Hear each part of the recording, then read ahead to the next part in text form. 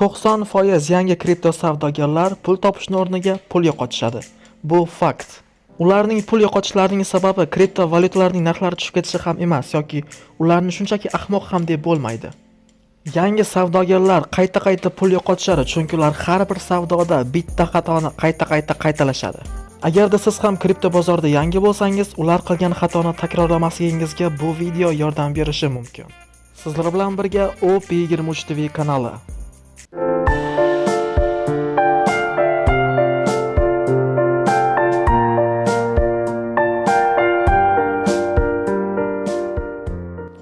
Kriptovalyutalar bozori eng emotsiyalarga boy bozor hisoblanadi. Kripto narxlari tez harakat qiladi, ijtimoiy tarmoqdagilar esa uxlamaydi. Hamma onlayn, hamma pul topayotgandek ko'rinadi sizdan boshqa. Eng birinchi xato mana shu yerda boshlanadi. Eng birinchi xato bu shov-shuvga ishonish. Yangi savdogarlar odatda allaqachon narxi ko'tarilib bo'lgan kriptovalyutani sotib olishadi. Yangi savdogarlar bir kripto tangani narxlari ko'tarilib ketayotganini ko'rishadi, ijtimoiy tarmoqlar orqali yangiliklarni eshitishadi va mana shu kripto tanga keyingi Bitcoin deb o'ylab qolishadi. Shunday qilib yangi savdogarlar hype bo'layotgan kriptovalyutadan quruq qolishdan qo'rqib tezda sotib olishadi. Lekin aynan o'sha kriptovalyutani oldinroq sotib olgan savdogarlar o'z foydalarini chiqarib olishadi va shuning hisobidan o'sha kriptovalyutaning narxi tushib ketadi. Kriptovalyutaning narxi tushib ketayotganini ko'rgan yangi savdogarlar esa darrov vahimaga tushadi va kriptoni zarari bilan sotishadi. Aynan mana shu sistema aylanaveradi va yana aylanaveradi. Yangi kelgan savdogarlar esa yana pul yo'qotaverishadi. Kripto bozorda shov-shuv va hype mag'lublarni yaratadi. Sabr esa g'oliblarni yaratadi. Ko'pchilik yangi savdogarlarning ikkinchi xatosi esa ularda aniq bir reja yo'qligi. Ko'pchilik yangi savdogarlar nega aynan o'sha kriptovalyutani sotib olishganini bilishmaydi. Ular qancha foyda ko'rishlari mumkin ekanligini ham bilishmaydi, qancha miqdorda pul yo'qotishlari mumkin ekanligini ham va qachon sotishni ham bilishmaydi. Ular shunchaki o'zlari sotib olgan kriptovalyutaning narxlari ko'tarilib ketishiga umid qilishadi, lekin umid bu haqiqiy strategiya emas. Ularning aniq rejalari yo'q, shuning uchun ham ular emotsiyalarga tez berilishadi.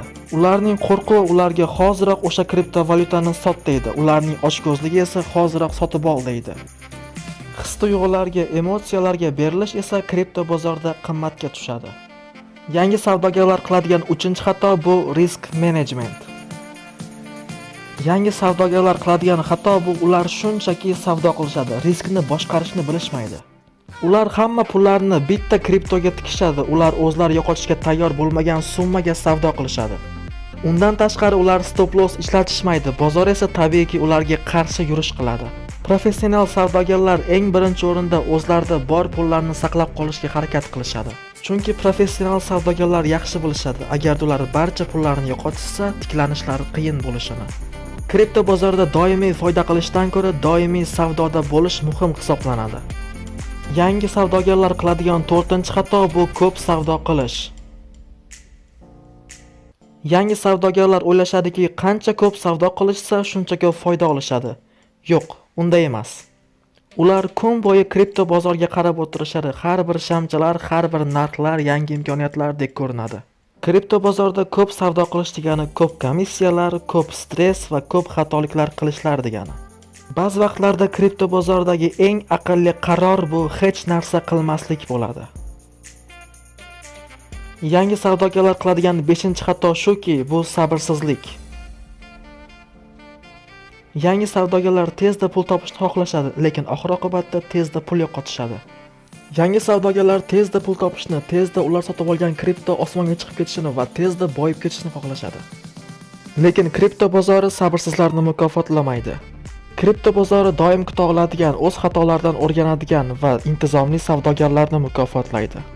Unda qanday qilib 90% pul yo'qotadigan savdogarlar orasida bo'lmaslik kerak. Uning uchun siz daho bo'lishingiz shart emas yoki sizga insider ma'lumotlari kerak emas, sizga shunchaki intizom kerak. Shov-shuv bo'layotgan kriptoni sotib olmang, o'zingiz tushungan kriptoni sotib oling. Doim savdoga kirishdan oldin rejangiz bo'lsin. Faqatgina o'zingiz yo'qotishga tayyor bo'lgan summaga savdo qiling, ozroq savdo qiling, ko'p savdo qilmang. Emotsiyalarga berilishga emas, ko'proq o'qib o'rganishga e'tibor qarating. Kriptovalyutalar bu tez pul topishning yo'li emas. Kriptovalyutalar bu sabrning o'yini va g'oliblar esa faqatgina doim o'rganishdan to'xtamagan odamlardir. Agarda kriptovalyutalar haqida yanada ko'proq o'rganmoqchi bo'lsangiz, kanalimga obuna bo'ling va kuzatib boring.